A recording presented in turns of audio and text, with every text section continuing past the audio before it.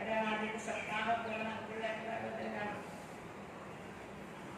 ശേഷം വന്നിട്ടവര് വൈകുണ്ഠലോകാനും ചിലപ്രദേശവും നിങ്ങൾ വൈകുണ്ഠലോകത്തിന് ഉചിതമല്ലാത്ത കർമ്മം ചെയ്തുകൊണ്ട് രാഷ്ട്രന്മാരായിട്ട് ശ്രമിച്ചു. ആ ശാപം കഴിഞ്ഞപ്പോഴത്തേക്കും ഭഗവാൻ ഇവിടെ വേദാരോഗ്യനായിട്ട് വന്നു ചേർന്നു. ഭഗവാൻ പറയുന്നു, എന്നെ ഒരു ബ്രാഹ്മണനെ ആരാണോ ഉപദ്രവിക്കുക അല്ലെങ്കിൽ എന്റെ ഇനി മഹാവിഷ്ണുവിടെ ഞാൻ തന്നെയാണെങ്കിലും എന്റെ കൈ ഞാൻ പൂർണ്ണോളം മുറിച്ചു കഴിയുന്നു. അധികം ബ്രാഹ്മണ ഭക്തനാണ് ഭഗവാൻ. ഭഗവാന്റെ യശസ്സാണ് വേദം. ഈ വേദങ്ങളെ പ്രചരിപ്പിക്കുന്നത് ബ്രാഹ്മണരാണ്. അപ്പൊ ബ്രാഹ്മണരിലൂടെയാണ് ഭഗവാന്റെ യശസ് ലോകം. ഇങ്ങനെയുള്ള പുരാണങ്ങളിലൂടെയാണ് ലോകം വേദേതിഹാസ പുരാണങ്ങളിലൂടെ ഭഗവാന്റെ മഹത്വത്തെ വിശ്വം അറിഞ്ഞുകൊണ്ടിരിക്കുന്നു. അങ്ങനെയുള്ള ബ്രാഹ്മണരെയാണ് ഇവിടെ നിന്ദിച്ചത്. അതുകൊണ്ട് നിങ്ങളുടെ ശാപം തെറ്റല്ല, നിങ്ങൾ പരിഭ്രമിക്കേണ്ട. അപ്പൊ അവർക്ക് മതിയായില്ല. ഭഗവാന്റെ രൂപം കണ്ടിട്ടാണ്. ഭഗവാന്റെ രൂപത്തിന്റെ വർണ്ണന എങ്ങനെയാന്ന് ചോദിച്ചാൽ അതായത് പുരുഷ സൗന്ദര്യം. സ്ത്രീകൾക്ക് പൊതുവെ ഒരു മഹാലക്ഷ്മിയൊക്കെ ഉണ്ടായിരുന്നു. സൗന്ദര്യം എന്ന് വെച്ചാൽ സ്ത്രീകളിലാണ്. അത് തിരുത്തിയാണ് മഹാലക്ഷ്മി. സപ്തമെന്നൊക്കെ ഇങ്ങനെ പറഞ്ഞു. പറഞ്ഞ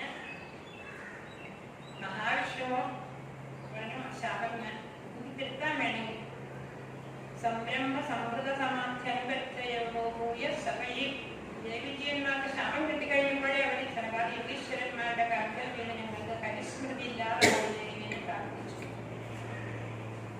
അതുപോലെ ഇവരും ഭഗവാനോട് പ്രാർത്ഥിച്ചപ്പോൾ ഭഗവാൻ അവരോട് പറഞ്ഞു, നിങ്ങൾ 3 ജന്മം എടുത്ത് രാക്ഷസന്മാരായിട്ട് ഞാൻ 4 ജന്മം എടുത്ത് നിങ്ങളെ ഭക്ഷണം എടുത്തിട്ടുള്ളതാണ്.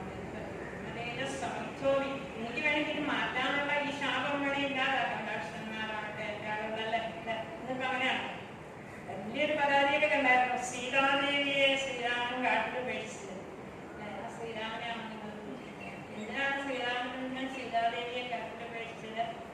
ദുഷ്കീർത്തികളായി കടലാം നിങ്ങളെയും എന്ന് ശ്രീരാമൻ സഹോദരന്മാരോട് പറയുന്നത്. ദുഷ്കീർത്തിയാണ് ഏറ്റവും വലിയ. നമ്മൾ മരിക്കുമ്പോ എന്താ നിലനിൽക്കുക? നമ്മുടെ പേരാ അല്ലെ?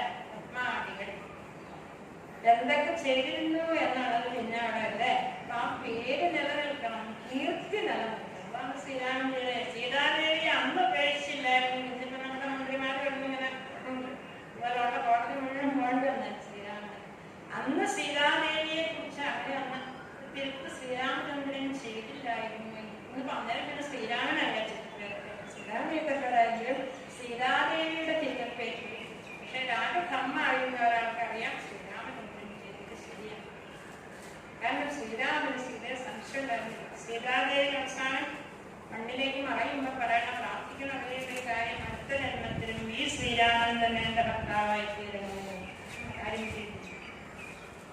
അവരെ ഈ സൂക്ഷിച്ചിരിക്കാൻ വേണ്ടി വന്നവരൊന്നുമല്ല.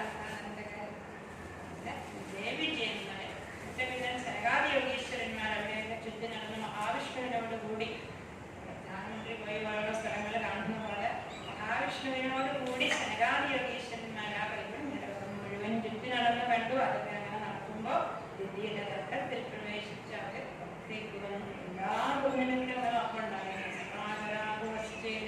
ഭൂമി ദേവി ഭൂമി പർവ്വതങ്ങളോട് കൂടി അങ്ങനെ കുലുങ്ങിക്കൊണ്ടിരുന്നു. നിഷ്പർശമായിരിക്കുന്ന വായു ഇങ്ങനെ മേലെ തട്ടുമ്പോഴേ എന്തൊരു ദുർഗന്ധാണല്ലേ. ഈ കേൾക്കാൻ വയ്യാത്ത തരം നായ്ക്കളൊക്കെ ഇങ്ങനെ കോരി ഇടുക. ഒരുപാട് ദുർനിമിത്തങ്ങളില്ലായിരുന്നു. ഉണ്ടായപ്പോഴും 100 വയസ്സായ 2 കുട്ടികൾ അവർക്ക് അപകർമ്മമൊക്കെ ചെയ്തു ഏതായാലും എന്റെ കാല് തൊട്ടങ്ങാൻ തന്ത്രം ചലിച്ചു. അങ്ങനെ ഹിരണ്യാക്ഷനും ഹിരണ്യകശിപു ഭരണമൊക്കെ ചെയ്തു. ഹിരണ്യാക്ഷൻ ദിഗ്വിജയത്തിനായിട്ട് പോയി. അദ്ദേഹം പോയിട്ട് ഒരിടത്തും അദ്ദേഹത്തിന് എടുക്കാൻ ഒരാളെ കിട്ടുന്നില്ല. അവസാനം വിഷമിച്ച് ഗത കൊണ്ടിങ്ങനെ സമുദ്രത്തിൽ അടിച്ചടിച്ച് ചെന്നപ്പോൾ വരുണനെ വരുണനോട് പറഞ്ഞു, എന്നോട് യുദ്ധം ചെയ്യണമെന്ന്. ദിഗ്വിജയൊക്കെ ചെയ്ത ആളല്ലേ. വരുണൻ പറഞ്ഞു, ഇപ്പൊ സുഖകസ്ഥയിലാണ്, ഇപ്പൊ പറ്റില്ല. അങ്ങയുടെ യുദ്ധം ചെയ്യാൻ പറ്റിയ ഒരാളുണ്ട്. അത് നാരദ മനുഷ്യരോട് ചോദിച്ചാൽ കാണിച്ചിരുന്നു. ഭൂമിയെ ഈ ഹിരണ്യാക്ഷൻ ഭൂമിയെ ചവിട്ടി തദ്യാദ്യമേ സാധനത്തിൽ എത്തിച്ചിട്ടാണ് അപ്പോഴാണ് വരുന്നതിനെയൊക്കെ കണ്ടത്. അപ്പൊ താൻ പറഞ്ഞത് സാധനത്തിലൊക്കെ തന്നെ ഭൂമിയെ ഈ വ്യക്തിക്കൊണ്ടുവരുന്ന ആ വരാഹമൂർത്തിയെ ചൂണ്ടിക്കാണിച്ചുകൊണ്ട് നാരദൻ പറഞ്ഞു, അതാണ് മഹാവിഷ്ണു.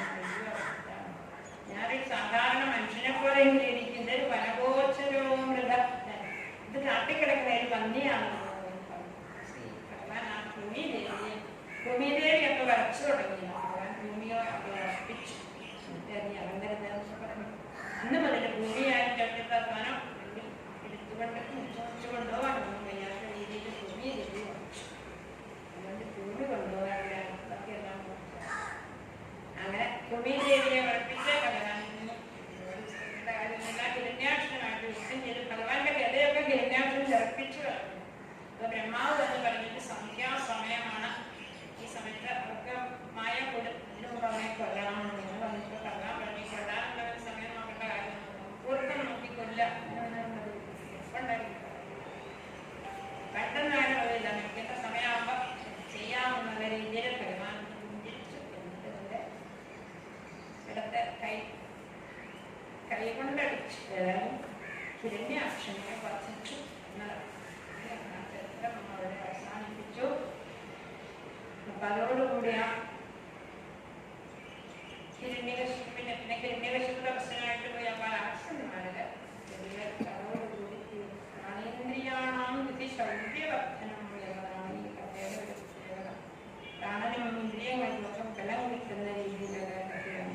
ക്ഷത്രാനന്ദം വരണ്ടേ മഹാഭാഗവതനായിരിക്കുന്ന വിതുരൻ ഈ കഥ കേട്ടപ്പോൾ അങ്ങേറ്റം മോഹിച്ചു. സാധാരണ ഒരു കഥ നമ്മുടെ യൂട്യൂബിലൊക്കെ കാണുന്ന കഥകൾ അതെല്ലാം കേൾക്കുമ്പോൾ തന്നെ നമ്മൾ ഇത്രയധികം സന്തോഷിക്കുമെങ്കിലും ശ്രീവത്സനായി ക്ഷമാമൂർത്തിയായിരിക്കുന്ന മഹാവിഷ്ണുവിന്റെ കഥ കേട്ടാൽ ആരാണ് സന്തോഷിക്കാതിരിക്കാമല്ലോ. ഗജേന്ദ്രം ശശക്തരസ്ഥം ഉണ്ട് ഒരാന ഭഗവാനെ വിളിച്ചു കേട്ടപ്പോൾ ഭഗവാൻ മോചയദ്രിതം വളരെ അതിവേഗത്തിൽ അവിടെ വന്നു ചേർന്ന് രക്ഷിച്ചു. അങ്ങനെയുള്ള ഹിരണ്യാക്ഷന്റെ അത്ഭുതമായ കഥ ഇവിടെ സമർപ്പിച്ചു. അതിനുശേഷം ഭഗവാൻ ബ്രഹ്മദേവന്റെ ഛായയിൽ നിന്നുണ്ടായ കർദമ പ്രജാപതി തപസ് ചെയ്തതും ആ കർദമന്റെ കുടുംബ ജീവിതം ഗൃഹസ്ഥ ജീവിതവും അഭിലാപകാലങ്ങളുടെ അഭില ഉപദേശം പരമഹംസ സംഹിതയാണ് ഉണ്ടാകുന്നത്.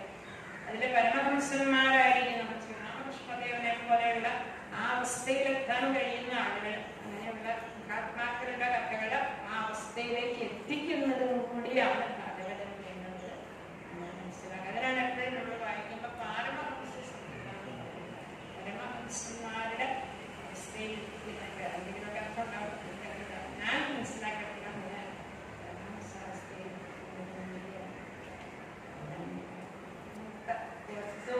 സൂത്രിമണി പോലുള്ള ഭാഗവതം ഓർത്താൽ